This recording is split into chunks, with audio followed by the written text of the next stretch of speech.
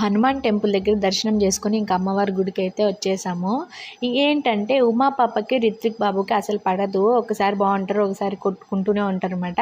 వింత ఏంటంటే మేము పోయేసరికి వాళ్ళైతే చేతులు పట్టుకొని మరీ వెళ్తున్నారు. మేము అనుకుంటున్నాం వర్షం పడుతుందేమో అన్నట్టు.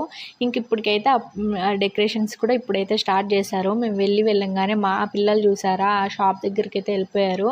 ఇంకా వాటర్ జ్యూస్ అంటూ వాళ్ళ కారణాలు వెతుక్కుంటూ ఉంటారు పిల్లలు ఎక్కడున్నా కూడా. ఇంకా మేము డైరెక్ట్ అయితే బ్యాంగిల్స్ తీసుకోవాలని తీసుకుంటున్నాము. అసలు బ్యాంగిల్స్ ఎందుకు తీసుకుంటున్నామంటే ఎవరైనా మొక్కుబళ్ళు ఉంటాయి కదా, అంటే పిల్లల కోసం కావచ్చు, ఇంకా ఏవైనా మనకు కోరికలు ఉన్న వాళ్ళైతే పిల్లల కోసం ఉన్నవాళ్ళు ఒక రెడ్ కలర్ క్లాత్ తీసుకుని అదేదో కడతారు ముడుపు. కానీ మాకు తెలిసింది ఏంటంటే ఏవైనా కోరికలు ఉన్నప్పుడు బ్యాంగిల్స్ తీసుకొని ఒక పసుపు దారంతో అయితే అక్కడ కడతారు. బ్యాంగిల్స్ మొత్తం కట్టింది ఇప్పుడు చూపెడతాను.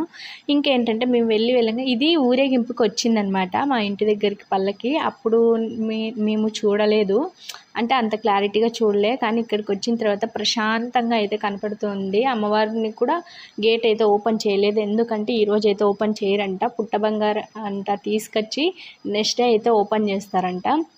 కానీ ఏంటంటే మాకు తెలిసిన వాళ్ళైతే అక్కడ ఉండే కాబట్టి వాళ్ళు మా కోసమే గేట్ ఓపెన్ చేసి మరి మేము లోపలికి అయితే వెళ్ళి మా తరపున ఇంకా కొంతమంది అయితే దర్శనం అయితే చేసుకున్నారు. మేము చాలా హ్యాపీ. మేము వెళ్ళి అమ్మవారి దగ్గర దర్శనం అయితే చేసుకున్నాము.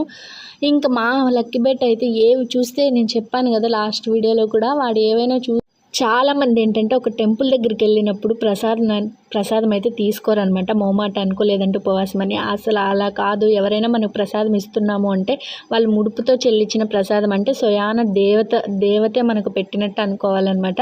అదిగో బ్యాంగిల్స్ ఇలా కడితేనా మనకు చిన్న కోరికలు తీరుస్తారని ఒక నమ్మకము. దేవతని ఎప్పుడైనా కానీ తీర్చాలి అనేసి కాకుండా తీరుతుంది అనే నమ్మకంతో అయితే ముడుపు అయితే పెట్టుకోవాలన్నమాట.